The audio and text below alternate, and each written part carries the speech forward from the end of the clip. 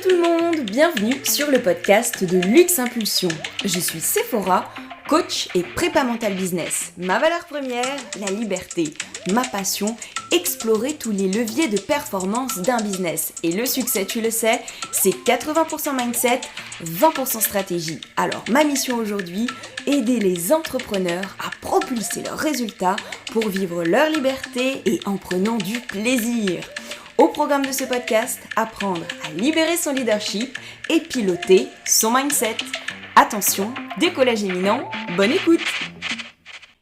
Hello les amis, j'espère que vous allez bien. Épisode 3 du podcast de Luxe Impulsion. Ça y est, j'ai vu qu'il était diffusé sur les différentes plateformes, Apple Podcasts, Spotify, Deezer. Je suis vraiment trop contente. Du coup, vraiment, n'hésitez pas, maintenant que c'est plus facile, à soutenir le podcast s'il vous intéresse en laissant une note, un petit 5 étoiles, j'avoue, ce serait pas mal. Et un commentaire, c'est vraiment précieux. Donc d'avance, un immense merci. Bon, je sais que c'est souvent lourd ce genre de discours pub, je compatis, mais vraiment, je vous assure que pour moi, ça fera la diff. Donc les amis, on rentre tout de suite dans le vif du sujet today. On va parler confiance en soi. Et vraiment, aujourd'hui, on va s'intéresser à 5 techniques pour la développer durablement. Alors, lorsqu'on manque de confiance en soi dans son business, les conséquences peuvent être très lourdes. Ça peut être l'une des causes de la procrastination, c'est d'ailleurs aussi ce qui se joue derrière ce fameux syndrome de l'imposteur. Ça peut avoir des répercussions sur ta relation à la vente, à ton marketing, dans ce que tu vas oser faire ou non. Je pense d'ailleurs à ta façon de prospecter, je pense au format marketing et style live, IGTV, vidéo, etc. Ça peut avoir également des conséquences sur tes tarifs. Moins tu as confiance en toi, moins tu vas oser augmenter tes prix ou en tout cas pratiquer des prix avec lesquels tu vas être toi aligné. Des conséquences sur la clientèle cible aussi que tu vas oser prospecter ou non. Bref, tu l'as compris. Ça joue partout et une carence en confiance en soi dans certains domaines du business, ça peut vraiment coûter très cher. Donc aujourd'hui, objectif avec ce podcast, c'est comprendre ce qui se joue derrière la confiance en soi pour la développer un maximum. Alors, ça va être un petit peu long, j'ai vraiment cherché à rendre de ce podcast le plus riche possible en faisant vraiment, en appuyant sur des techniques qui vous servent un maximum, des prises de conscience qui vous permettent justement de changer votre perception sur les choses afin que vraiment ce soit utile. Donc voilà, ça va durer un petit peu plus longtemps que d'habitude, mais j'aimerais vraiment qu'à la fin vous disiez ok, je comprends mieux, je vais vraiment appliquer toutes ces méthodes et puis que vous sentiez justement cette énergie en vous qui soit différente. Donc déjà, première chose, définissons ce qu'est la confiance en soi, le concept même, j'ai envie de dire, voire le concept fantasmé. Toujours plus, vous allez me dire, n'est-ce pas ? Non mais plus sérieusement, vous allez comprendre d'ici quelques temps pourquoi est-ce que je parle de concept fantasmé. Alors, tu sais que j'adore la minute de latin maintenant, donc on y va. La confiance en soi, en latin, ça vient de cum qui veut dire avec et de fidere qui veut dire se fier. Autrement dit, ça veut dire se fier à quelqu'un, avoir foi en quelqu'un et en l'occurrence en soi-même. Donc finalement, c'est quoi avoir confiance en soi ? Si je reprends étymologiquement, c'est avoir foi en toi, avoir foi en tes capacités, en tes compétences, tes aptitudes face à quelque chose pour faire quelque chose. Et là tout de suite, en fait, ça introduit une notion de relativité qui fait s'effondrer le fantasme duquel je parlais tout à l'heure, qui fait que soit on aurait confiance en soi, soit on n'aurait pas confiance en soi, comme si c'était une sorte de fait établi, un état figé duquel on serait prisonnier, alors qu'en fait c'est complètement faux. J'illustre. Admettons. Je prends l'exemple de parler en public, parce que je sais que c'est quelque chose par rapport auquel j'entends souvent les entrepreneurs dire « Ah non, j'ai pas confiance en moi, je le sens pas, j'ose pas le faire, nanani, nan. » Ok. Parler en public, c'est parler pour un public finalement. Donc prenons le cas d'une réunion, physique ou virtuelle, peu importe. Si j'interviens devant 2 autres personnes que moi, en général, ça ne posera de problème pour la plupart des gens. Quasi tout le monde aura foi, aura confiance en sa capacité à s'exprimer devant 2 personnes. Si maintenant, on passe à un public de 10 personnes, là déjà, ça va venir en challenger certains, quand pour d'autres, on sera encore en zone de confiance. 50 personnes maintenant, là, on passe à un autre step. Certains se sentiront à l'aise, d'autres pas. 1000 personnes, là on est encore sur un autre level. Et devant 1000 personnes, certains diront pas de souci, quand d'autres diront non, je peux pas, j'ai pas confiance en moi, ça va pas le faire, je le sens pas vraiment, je peux pas, je le fais pas. Mais j'ai une question pour toi. Si presque tout le monde était capable initialement de parler devant 2 personnes, est-ce que vraiment, techniquement, c'est beaucoup plus dur de parler devant 1000 personnes ? Non. La réponse est non. Techniquement, c'est la même chose. Donc ce qu'il faut bien comprendre, c'est que c'est la perception de la difficulté du défi qui est en jeu par rapport à la perception de nos capacités. Donc en fait, on va établir un niveau de confiance en soi en fonction de ces 2 métriques. 1. Ce que j'imagine qu'il faut comme compétence pour réussir l'objectif, l'action, le défi que je vise. Et 2. Ce que j'imagine avoir moi déjà comme compétences, comme capacités, etc. Ok ?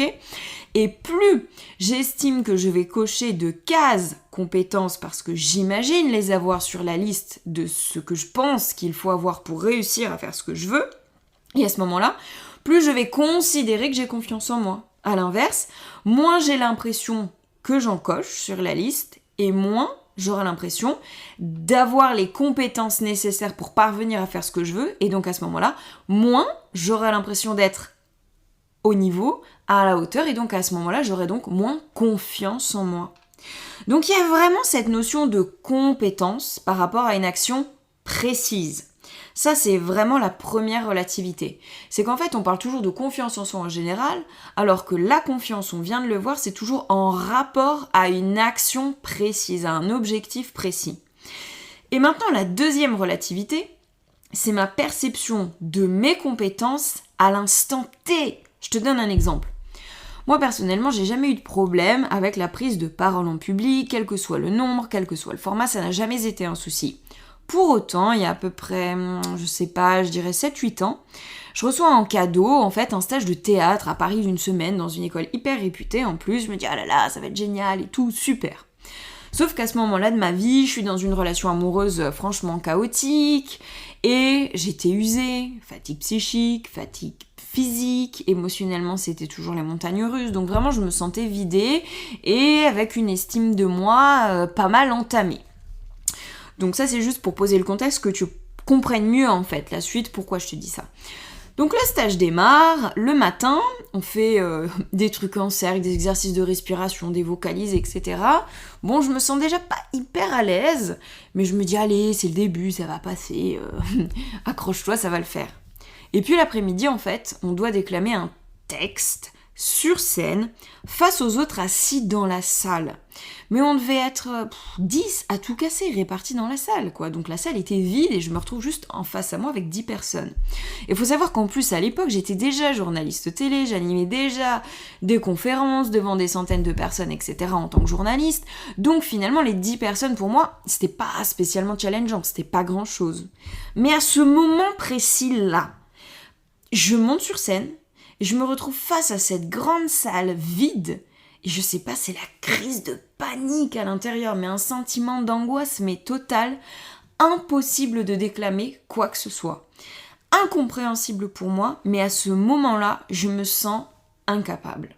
Incapable de déclamer, incapable de rester face à eux, incapable de rester là, je perds toute forme de confiance en moi, je descends de la scène et je m'en vais, c'est terminé. Je finirai même pas le stage, donc c'était vraiment pour vous dire que ça n'allait pas. Donc si je te raconte tout ça, c'est pas tant pour te raconter ma vie, mais vraiment pour illustrer le fait qu'au moment où on évalue notre confiance en soi, c'est vraiment la perception de nos capacités à l'instant T. Pas d'il y a 3 semaines, pas qu'on aura dans 3 semaines, mais vraiment à l'instant T. Et d'ailleurs c'est pour ça que dans la méthode Target de laquelle je t'ai parlé dans l'épisode 1 sur le leadership, si tu te souviens bien, on dit que ta confiance en toi, en fait, elle est dépendante de 4 piliers. Premier pilier, de ta capacité à gérer ton énergie, ton niveau d'énergie, le fait que tu sois en forme ou le fait que tu sois fatigué. Deuxième pilier, gérer ton état émotionnel, ta capacité à savoir basculer d'une émotion négative à positive et savoir gérer ton stress. Troisième pilier, ton estime de toi. Donc ton estime de toi, c'est ce que tu penses de toi et donc ce dont tu te sens capable. Et le quatrième, forcément, on en a parlé au début, les objectifs que tu fixes et de la difficulté que tu perçois en fait pour les réussir, à les réussir. D'ailleurs, j'en profite pour te dire que je peux te faire passer un diagnostic Target de performance mentale. Alors, c'est un diagnostic payant de 100 questions, mais qui est vraiment hyper complet et qui t'établit en fait un rapport de 50 pages qui, parmi tout ce qu'il évalue chez toi, va venir évaluer entre autres ton niveau d'énergie, ton niveau émotionnel, ton niveau d'estime et ton niveau de motivation. Donc voilà, entre autres, dans l'évaluation de ce diagnostic, il y a ces fameux 4 piliers de la confiance en soi. Et donc, ça te permet de voir quel levier est le plus intéressant de renforcer chez toi en priorité pour optimiser ta confiance en toi. Donc voilà, si tu souhaites en savoir plus, tu n'hésites pas, DM, Insta, mail, commentaire et je t'explique tout. Aussi, comprendre sur quel pilier repose la confiance en soi, ça nous permet tout simplement de mieux comprendre maintenant les 5 techniques pour la développer durablement. Il y en aurait plein d'autres, mais crois-moi, mieux vaut 5 bien intégrés et appliqués plutôt que 20 dont on ne se servira jamais. Donc on y va, c'est parti. Première technique. La première chose à faire, tu l'as compris, c'est savoir de quoi tu es capable. Et pour ça, c'est apprendre à te connaître, approfondir ta connaissance de toi-même et identifier tes compétences. Il y a beaucoup de gens, beaucoup d'entrepreneurs qui se connaissent pas bien et qui n'ont pas réussi finalement vraiment à répertorier toutes leurs compétences. Et finalement, lorsqu'ils se retrouvent face à différents défis en fait entrepreneuriaux, c'est mieux comme ça, qui partent plus ou moins du principe que ça va être trop compliqué pour eux parce qu'ils n'ont même pas conscience que ces compétences, ils les ont déjà dans leur bagage. Donc pourquoi c'est important ? C'est parce que si réellement tu ne fais pas la lumière sur tes compétences, tu ne sais pas ce dont tu es vraiment capable et tu auras toujours cette tendance en fait à te sous-estimer en considérant que tu ne sais pas faire. Alors, pour ça, donc, il y a 2 tests que je peux te faire passer pour t'aider à te connaître. On en a parlé, le diagnostic de performance mentale, duquel je te parlais tout à l'heure, ou le DISC, qui est DISC et force motrice, pour être précise. Et le DISC, en fait, c'est aussi un test payant de plus de 100 questions qui te permet de comprendre, grâce à un rapport de plusieurs dizaines de pages, quel est ton mode de fonctionnement et quels sont tes leviers motivationnels. DISC, c'est l'acronyme de 4 lettres. D pour dominant, I pour influent, S pour stable et C pour conforme. Et comprendre ton fonctionnement, ce à quoi tu carbures, ce qui te motive à passer à l'action, ton type de relationnel à l'autre et tes caractéristiques précises, ça permet de prendre conscience et de capitaliser sur tes atouts, tes compétences que tu as trop souvent tendance à normaliser. Et ça permet aussi de prendre conscience de tes points de progression. Donc je te recommande sincèrement de passer ce test, car ça a vraiment permis en fait à tous mes coachés de renforcer leur connaissance d'eux, de confiance en eux, du coup en capitalisant beaucoup plus sur toutes les compétences qu'ils ont pu identifier.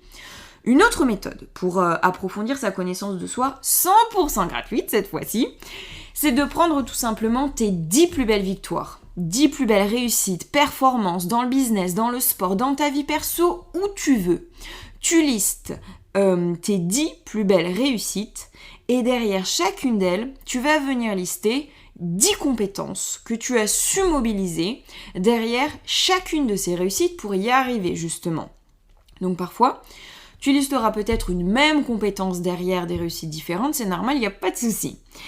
Ce qui pourrait biaiser l'exercice, c'est le regard négatif que tu pourrais poser sur toi et ce qui ferait que tu aies du mal à voir finalement les compétences que tu as su mobiliser, d'où justement l'intérêt de l'objectivité du DISC. Mais dans ce cas-là, tu peux toujours t'aider de quelqu'un qui te connaît bien ou qui était présent lors de l'événement ou qui a réussi la même chose que toi.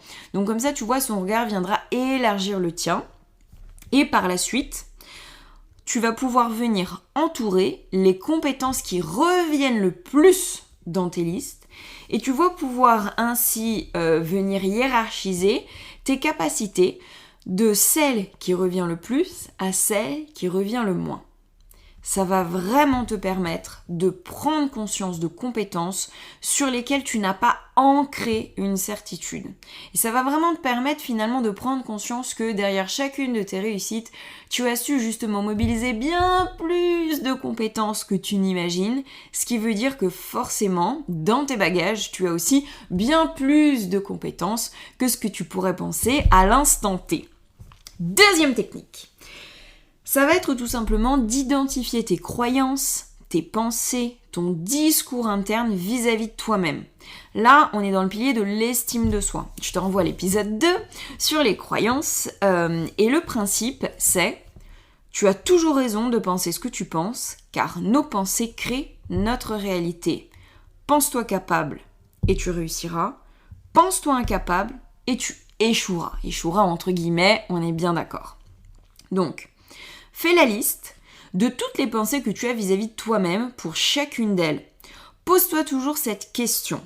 Cette question, c'est la question magique qui te permet de sortir justement de ta façon de penser, de ta croyance pour en développer une autre. Cette question, attention, roulement de tambour, c'est en quoi c'est faux ? Exemple, si tu te répètes en boucle, ouais mais j'ai pas confiance en moi, j'ai pas confiance en moi, j'ai pas confiance en moi, ok. Alors demande-toi, en quoi c'est faux que j'ai pas confiance en moi ? Et comment est-ce que tu vas réussir à te prouver qu'il y a des moments où justement tu as confiance en toi ? C'est que tu vas tout simplement t'obliger à venir identifier un contre-exemple de « je n'ai pas confiance en moi ». Parce que comme on a bien compris que la confiance c'était une histoire qui était relative à des périodes de ta vie, des moments donnés et relative en fait aux actions engagées, tu as forcément un contre-exemple, une situation dans un des différents domaines de vie, pas obligé que ce soit le même domaine de vie que celui qui te challenge actuellement, mais une situation en tout cas dans laquelle tu t'es senti bien, tu t'es senti performant, tu t'es senti efficace et vraiment dans laquelle tu as ressenti justement cette confiance en toi à l'instant T. Il y a forcément au moins un contre-exemple, ok ? Donc tu vas voir qu'en fait, de trouver ce contre-exemple-là, tout de suite, ça va ouvrir ton horizon, ça ouvre le champ de tes croyances et ça te permet de poser un autre regard sur toi. Et après, c'est vraiment ta responsabilité, ton choix, que de décider de focuser sur toutes les fois où ta croyance initiale est vraie, c'est-à-dire tous les moments où effectivement tu t'es peut-être pas senti très à l'aise, où tu avais l'impression que tu étais terriblement challengé par l'action dans laquelle tu allais te lancer et qu'à ce moment-là tu as ressenti un manque de confiance, ou plutôt tu vas choisir de focuser uniquement sur toutes les fois qui te prouvent que cette croyance est faux. Et donc les contre-exemples dans lesquels tu t'es senti bien, tu t'es senti fluide, tu t'es senti performant, tu as ressenti de la confiance et justement où tu as réussi à faire exactement ce que tu voulais comme tu le voulais. Et la direction de ce focus, c'est un peu comme un cheval qui aurait des œillères, qui ne regarderait qu'à droite ou qu'à gauche. Bon, c'est un peu binaire là ce que je te raconte, mais c'est parce que c'est plus simple comme ça. Là où tu portes ton regard, là où tu décides de focuser, c'est vraiment la responsabilité de chacun. Donc ça veut dire qu'en fait, il t'appartient, c'est ta liberté, que de décider de focuser uniquement sur tous les moments qui t'ont semblé très challengeants et dans lesquels tu as ressenti effectivement un manque de confiance, ou uniquement sur les moments justement qui t'ont prouvé qu'à ce moment-là, tu avais exactement ce qu'il fallait pour réussir et que justement ça s'est soldé par une réussite. Donc vraiment, je t'invite à lister chaque contre-exemple trouvé pour chaque pensée négative que tu as sur toi. Précise dans chacun de tes contre-exemples justement la capacité que tu avais à ce moment-là et fais-toi une liste d'affirmations positives à partir de ces capacités mobilisées dans tes différents contre-exemples. J'en profite d'ailleurs pour dire que j'entends souvent dire les affirmations positives, ça marche pas, ça sert à rien. Alors oui, c'est vrai que si tu n'y crois pas et si c'est complètement déconnecté de ton expérience ou de ce dont tu t'imagines possible pour toi, c'est vrai, ça ne va pas générer d'émotions particulières. Ça veut dire que le but ne sera pas atteint parce que finalement, l'affirmation positive, c'est juste un conditionnement qui nous permet de venir muscler, nourrir un sentiment de confiance et qui nous permettent d'agir avec plus de fermeté, de performance, de conviction. Donc c'est sûr qu'en fait, si tes affirmations positives, elles sont trop déconnectées de ce que tu ressens, oui, ça ne marche pas. Mais c'est pour ça que ce que je te propose en l'occurrence, c'est vraiment de les définir à partir de tes contre-exemples. Donc c'est vraiment à partir de ton expérience que tu peux nourrir cette liste d'affirmations positives. Troisième technique. Alors je te rassure, les 3 prochaines seront beaucoup plus concises. Donc la troisième, c'est faire la clarté sur tes objectifs. Ça, c'est hyper important. Si tu ne sais pas ce qu'impliquent comme compétence tes objectifs ou les actions que tu souhaites faire, ça ne peut que renforcer en fait ton impression de manque de confiance en toi. Le manque de clarté, tout ce qui nous paraît flou, nous renvoie en fait à un sentiment d'impuissance. Donc plus tu fais la clarté, plus tu arrives à préciser les compétences qui sont nécessaires pour parvenir à atteindre ton objectif, et plus ça te permet justement de savoir tout ce que tu peux déjà cocher, que tu as déjà en toi, et tout ce qui va falloir te développer. Donc je ferai un épisode complet sur comment définir un objectif correctement, parce que c'est vraiment quelque chose d'hyper important. C'est justement la meilleure façon d'ailleurs de maintenir sa motivation dans le temps et sans avoir besoin de pratiquer l'autodiscipline ou la contrainte ou je sais pas trop quoi. Mais voilà, on y reviendra plus tard. Donc en 3 mots, simplement, ça revient à dire: tu veux quoi précisément, spécifiquement, tu le veux quand exactement, comment tu penses y arriver concrètement, plan d'action, entre guillemets, et de quoi tu as besoin comme compétence pour y arriver. Exemple, faire un live sur Instagram. Alors, un live de combien de temps? Un live sur quel sujet? Un live seul ou une interview? Parce que faire un live de 5 minutes sur ton sujet business de prédilection, ça n'a rien à voir avec faire un live de 15 minutes sur la physique quantique. Forcément, le degré d'aisance, c'est pas le même. Ensuite, tu vas être capable de le faire demain ou tu vas être capable de le faire dans 3 mois. Parce que le temps que ça va te laisser pour te préparer n'a rien à voir, en fait, entre les 2 échéances. Et à ce moment-là, tu vas pouvoir définir ta préparation. La préparation technique du live, le matériel dont tu vas avoir besoin, le process Insta justement qui va te permettre de faire un live et la préparation après de ton contenu. Et enfin, tu vas venir définir de quelles compétences tu as besoin pour faire ce live. Je sais pas, je te dis n'importe quoi, brancher ta caméra, parler devant la caméra, rendre attractif ton contenu, savoir interagir avec tes abonnés, etc., etc. Par exemple, j'ai dit ça, j'aurais pu dire autre chose, ok. Donc ça n'a rien d'exhaustif et ça n'est pas non plus une vérité générale. Donc une fois que tu sais de quelles compétences tu as besoin, tu viens regarder sur ta liste à toi, celle que tu as établie tout à l'heure, je te rappelle, tout ce que tu as déjà comme compétences et tous les moments dans lesquels tu as déjà su les exprimer. Et c'est justement en étant particulièrement précis que tu verras qu'en vrai, tu es déjà capable, soit tu es déjà capable de faire ce dont tu te pensais incapable, soit finalement il reste bien moins de compétences à développer pour réaliser ton objectif que ce que tu imaginais. J'appelle ça faire une analyse des écarts entre tes compétences déjà acquises et les compétences à développer pour ton objectif. 4e technique, se conditionner dans un état mental positif au moment de passer à l'action. Alors tu m'as déjà entendu le dire, émotion positive, passage à l'action positive, émotion négative, passage à l'action négative. Plus tu te sens confiant, performant, plus ton passage à l'action sera productif et efficace. Donc l'idée, c'est de venir connecter à une émotion positive pour se conditionner. C'est de la prépa mentale, ni plus ni moins, comme pour les sportifs de haut niveau, avant de rentrer sur le terrain par exemple. Donc pour se connecter à cette émotion positive, pour se conditionner, tu peux faire de la visualisation, un moment dans lequel tu t'es senti bien, tu t'es senti fluide, tu t'es senti à l'aise, tu as ressenti cette confiance, tu te sentais au top justement pour connecter avec cette même émotion. Tu te crées un haka comme un joueur de rugby, pourquoi pas, ou alors tu te trouves un mantra dynamisant, tu fais des gratitudes, ce que tu veux. L'idée c'est juste de réussir à basculer dans une émotion renforcée de confiance par rapport à l'action que tu t'apprêtes à engager. Et enfin, 5e et dernière technique, passer à l'action massivement. C'est dans l'action qu'on renforce son estime de soi, sa confiance en soi, vu que, souvenons-nous, elle est toujours relative à une action. C'est dans l'action qu'on réalise ses victoires, ce qui nous permet de collectionner nos moments de réussite dans lesquels on vient justement derrière lister nos compétences. Donc vraiment, action, action, action. Et pour t'aider à passer à l'action lorsque quelque chose te fait peur, je te donne ce conseil bonus, c'est toujours de t'imaginer quel est le pire qui pourrait t'arriver en passant à l'action. Répète-toi toujours ça. Lorsque quelque chose te fait peur, que tu aurais tendance à procrastiner, à repousser ton passage à l'action, demande toujours, ok, quel est le pire qui pourrait m'arriver en faisant ça ? Et tu t'apercevras en fait que ce n'est jamais bien méchant et qu'en plus, tu peux déjà trouver des solutions si ça venait réellement à se produire. Et n'oublie pas cette citation.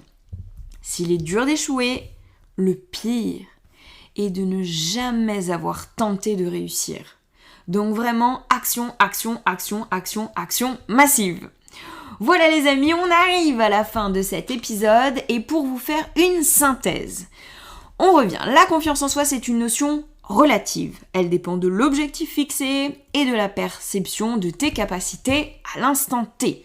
Donc vraiment sortir de cette dichotomie, j'ai confiance en moi ou j'ai pas confiance en moi, comme si c'était un état figé, car vraiment j'espère que tu l'as compris, ça ne veut rien dire. Aussi la confiance, on se souvient, elle repose sur 4 piliers. Niveau énergétique, niveau émotionnel, niveau d'estime de soi, perception de ses capacités, sa connaissance de soi. Et enfin le 4e, la définition précise de l'objectif et des compétences nécessaires pour y arriver. Et enfin maintenant les 5 techniques que je t'ai présentées pour développer ta confiance durablement. Souviens-toi, on avait 1. Approfondir ta connaissance de toi-même pour réussir à identifier tes compétences. Pense au disque et diagnostic de performance mentale. 2e technique, identifier tes croyances et entretenir un discours interne positif avec la question magique. En quoi c'est faux ? En quoi ma croyance négative, mon discours interne négatif est faux ? En quoi j'ai tort de penser ce que je pense, ok ? 3e technique, faire la clarté sur tes objectifs. Tu te souviens, analyser les compétences réellement nécessaires et faire une analyse des écarts entre compétences déjà acquises et compétences à développer. 4e technique, se conditionner dans un état mental positif au moment de passer à l'action. Et enfin la dernière, passer massivement à l'action, car la confiance naît de l'action.